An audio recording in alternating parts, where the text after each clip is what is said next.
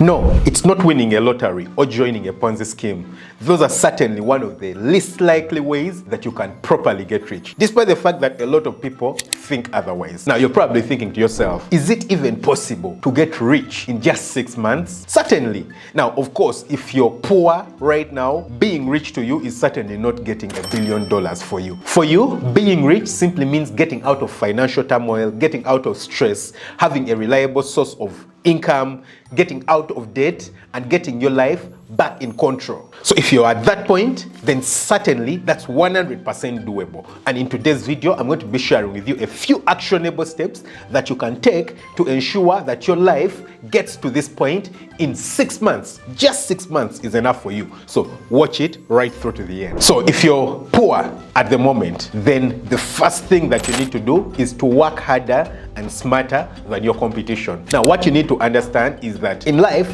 despite the fact that we don't want to put competition at the forefront, everyone is living their own life. The actual reality is that life is a competition. Everyone is trying to get the better of you, yeah? Everyone is trying to go ahead of you. Everyone is trying to make sure that their business performs better than the next person's business. Despite the fact that ideally that's not how things should be, because if you're growing a business, you want to make sure that your business delivers the best value. You want to make sure that your clients are satisfied, and it shouldn't really matter what someone else is doing. But unfortunately, that's what ends up happening. So in order for you to get ahead of people, it simply means that, number one, you're going to have to work harder and smarter than your competition, than the other people. If you're employed at your place of employment, then you're going to have to work harder and smarter. Well, I'm paying a lot of attention to the word hard here because it's the honest truth, yeah? If you work harder, then you're usually going to get better results. Of course, don't just work harder. You need to make sure that you work smart. For example, you don't wake up in the middle of winter and you're telling yourself, well, I want to work harder, I'm going to go and sell ice cream out on the streets during winter. That's really stupid. You're working hard, but not smart. So you need to make sure that you intentionally put your head in a smart line. Think of things that your people are not doing, your colleagues are not doing, your competition is not doing, and then 10 times those things, put in more effort than them. Concentrate on the things that they are not doing, the things that you think will bring more value, for example, to your clients, the things that you think will bring more value to your customers. Concentrate on these things and then work harder than all of them. You'll get the best results, and then that's going to be the beginning for you. You're going to be getting a promotion at your place of work. Getting a promotion means you're going to have more money that you're going to be able to utilize to get out of financial turmoil. Working smarter is going to ensure that you enter new markets that other people are not entering. It's going to ensure that your profits are increased just a little bit marginally, and that gives you way more possibility. After that, then you need to set financial goals. You see, it's proven that people who set goals get more results at the end of the year than people who don't set goals at the beginning of the year. So you need to make sure that you have goals. Despite the fact that goals will continuously change as you grow and as you improve, it's very important that you have goals. Goals give you something to work towards, yeah? Goals give you motivation. Goals enable you to get up at 5 a.m., to get up at 6 a.m., whilst if you didn't have goals, you could have waited and gotten up at 8 a.m. Tell yourself, this is what I want in 2 months' time. This is how much I want to be earning in 2 months' time. This is how much I want to be earning in 3 months' time. I want to be working in this kind of place by this time. I want to be running this business after this amount of time. Once you set these kinds of goals, they give you the motivation, they give you the drive. And once you set goals, you set your brain into action. What happens is that your brain then tries to figure out the kinds of things you can do to ensure that you fulfill these goals. If you have something that you're working towards, you're not like anyone who is just running, You've heard the story of someone running 1,000 miles an hour but in the wrong direction. It doesn't make sense how quickly you're running if you're running in the wrong direction. If you're not running in a direction that is directed, you're running towards a particular result, yeah? So you need to make sure that you set goals, make sure that the goals are well defined with timelines, and make sure that they are goals that fulfill you, goals that satisfy you, the kinds of things that you want, because that will give you motivation to work towards them and bring the best results for yourself. So after you've set goals, the next point is to live within your means. Living within your means is so important because in this day and age, a lot of people are actually living to please other people. I once read a statistic that said that 90% of Americans don't have $1,000 saved in their account for an emergency. if it ever came up. Now that ideally wouldn't be the issue, but consider how much debt is coming out of things that people don't need, that they're actually acquiring, and then they're not even able to put aside just $1,000 for an emergency. I mean, every time a new phone comes out, look at how many people are crazy about buying the new phone. Every time a cool car comes around, a Tesla or something like that, people are even going crazy, borrowing simply to make sure that they fit in with their community, they fit in with their friends, they fit in with, you know, everyone else, simply because they are trying to satisfy others. Guys, that's not how life is. You need to make sure that you live within your means, set your goals, set your life goals, and ensure that your life goals allow you to live within your means. Let your life goals not be to satisfy others, to make sure that people are seeing you in a particular light. I'll tell you the honest truth, no one gives a damn. That's the interesting thing. No one cares. You see, you could have the very best car. I mean, look at all the people with the nice cars all around, yeah? You personally, do you really give a damn how nice their cars are? You'll pass by them and you'll be like, oh, that's a really cool car. But in your head, you're not thinking, oh, the person who drives that car should be some really cool person, you know, I want to go and say hi to them, I want to be associated with them. No, you'll be like, oh, cool car. 2 seconds, you've even forgotten about it, yeah? So if you then let having cool things be the driver for you, then you're going to have a lot of problems. So ensure that you live within your means. Once you start living within your means, you draw a budget every month. You see how much money you've gotten, how much money you've spent. Write down all your expenses, literally all your expenses, whether it's cash, whether you're paying with card. Write down all your expenses, note them, and then see where you can cut down your expenses. You certainly can cut down on your expenses, yeah? You can, even if it's just, you know, $10 you're going to be saving for the month. You've cut down on your expenses and now you're on the path to financial freedom. That's $10 that you can put towards clearing your debt. That's $10 that you can put towards your savings. So think about it. See everything that you can get off your expenditures. Maybe eat at home a little bit more often instead of eating in a restaurant. These things are going to ensure that you have more money saved and you have the better result, and you know, you can invest way more in your financial growth. So once you've started living within your means, then the next thing is to get rid of debt, yeah? Because debt is one of the biggest cripplers. It's the biggest crippler. Now, of course, there is good debt, but there is terrible debt. If you're broke, if you're poor, then most probably you have terrible debt. It's the rich people who have figured out how to have good debt, because good debt can drive your financial life through the roof, you know, take you to heights that you've never thought about. But bad debt, you know, credit card debt, consumer debt, that's the really bad debt that you want to get rid of. So that's the first step in getting towards financial freedom. So there are 2 ways that you can clear your debt. First, you can clear your debt by clearing the high interest debts first, because those are the ones that are going to be crippling you financially. You bring in maybe $1,000, but you're still paying a high percentage of high interest debt. So get rid of that first. That way you get to save a little bit more, you keep more money towards yourself. The other way that you can clear debt is by clearing the smallest debts first. You see, if you have like 10 different kinds of debts to clear, if you start by clearing the smallest debts first, then once you clear, even if it's just, let's say, $50, get rid of that. Then you know that you only have 9 other debts to get rid of.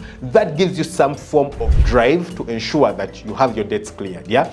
Knowing that there is progress, that you're moving towards your goal, is usually a big motivator towards attaining that goal. So you can do it either way. I personally prefer the idea of clearing the highest interest debt first, yeah? Because in the end, you know that you're actually clearing your debts, yeah? So it's not about just, you know, clearing the smallest debts. The one that has the biggest financial impact on you is the highest interest debt, and that's what you want to focus on first. And then next up, you need to make sure that you make saving a habit. Make saving a habit. It's very, very important, because if you can't save $1 from $10, then there is no way you're going to save $100,000 from $1 million.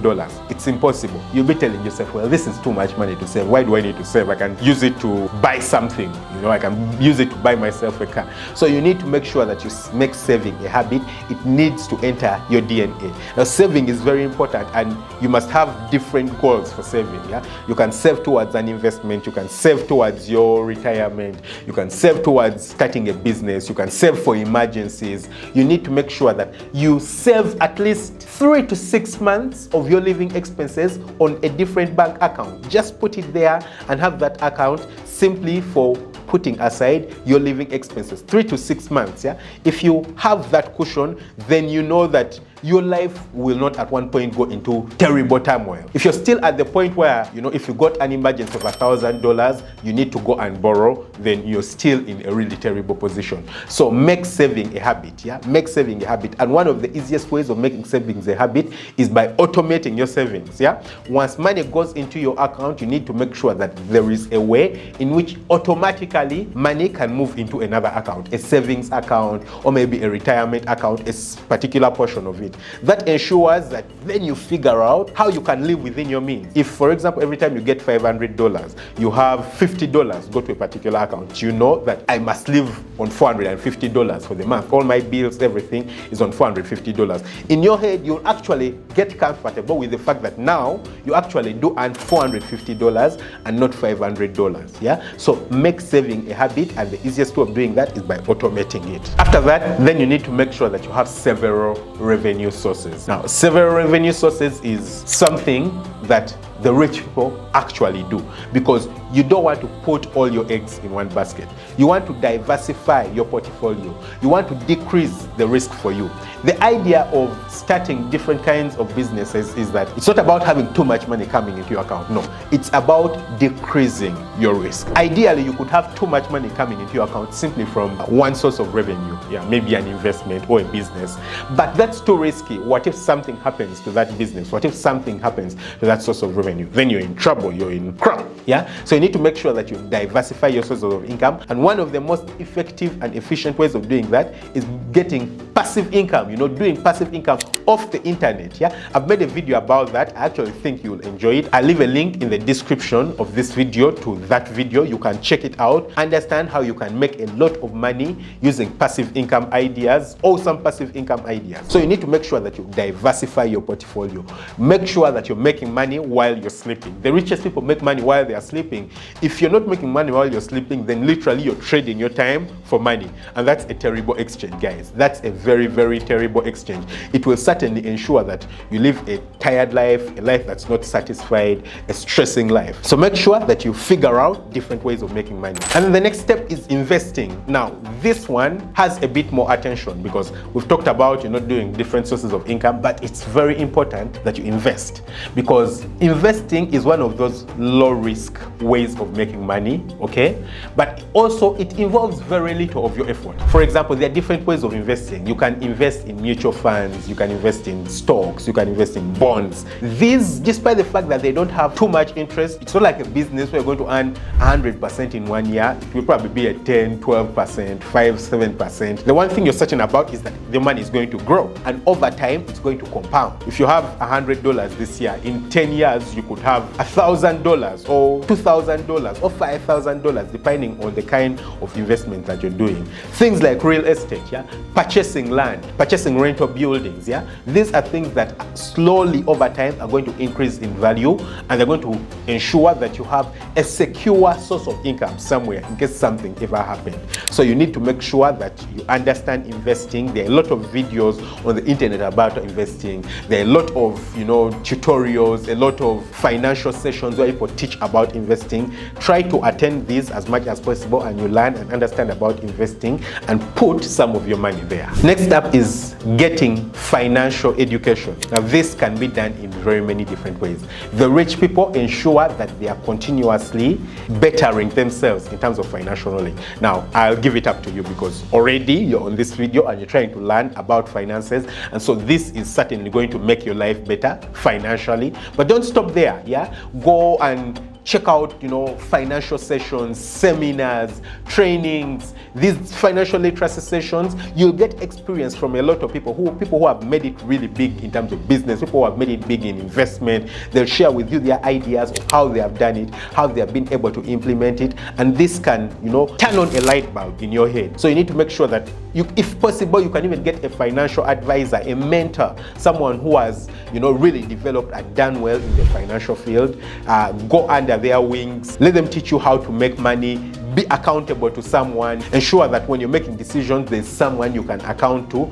This will push you to ensure that you're consistently making the correct decisions for your life and for your income. And the next point is consistently work on and build something new, something you love. Now, this is all about innovation. Yeah, the people who have made it really rich, the people like Elon Musk, with Tesla, people like Steve Jobs with, Apple and the iPhone, people like Bill Gates with Windows. You know how they got to that point? It's by consistently working on something new, something they love. It's all about innovation. It's not like you should let it take all your time, but just give it maybe 30 minutes every day. Something new, something creative, something you love. Just 30 minutes every day. What that means is that if it fails, well and good, at least you tried. But it could work out, yeah? So dedicate your mind, dedicate your vision, dedicate your creativity, consistently working on something new, yeah? If you keep working on something new, trying out that new thing, then it's going to ensure that at some point you could have a life-changing innovation. You could have a life-changing idea. You see, if you keep pondering upon something over and over again, it's inevitable that with time it's going to birth something inside you. You're going to get a view that you had never thought about, yeah? So think of people like Thomas Edison, who worked on the light bulb, yeah? Consistently over hundreds and hundreds of times trying to figure it out. And at some point, it certainly worked. So I love this idea so much because it means that you can do things outside what everyone else knows, yeah? And if you can do things outside what everyone else knows, it gives you the possibility of that 1 in a million opportunity of you creating something that no one had ever thought about. And when that happens, usually that's the potential for millions and billions in your life. So consider it, ponder upon it, and actually make actions to ensure that that happens. And then point number 10 is recognize your mistakes and fix them. The thing about life is continuous improvement, yeah? If you do something and it doesn't work, don't keep doing it over and over again. Find a way of solving the problem, identifying where did you go wrong, what mistakes did you make, and what could you do to make sure that these mistakes don't happen in your life, yeah? In life, it's all about small, little, tiny improvements. If you can improve by 1% each and every month in your life, at the end of the year, you've improved by 12%. Imagine your life being 12% better this year than it was last year. That's a very, very huge difference. Very, very huge difference. So it's all about small, tiny improvements. Ensure that you make small, tiny improvements, and that's going to skyrocket your life. So if you're probably watching this video and you're thinking to yourself, I'm poor, you're probably thinking to yourself, I have zero money. I have no money at all. How can I start working hard? How can I make money when I have nothing completely? Well, I've made a video, I'll leave a link to it right here, about how to build wealth, great wealth, from nothing, completely nothing. I believe you'll actually find it very useful. Check it out. Don't forget to hit the subscribe button, smash the notification bell. That way, you never miss out on an upload. Catch you very soon with another video. Lots of love. Bye-bye.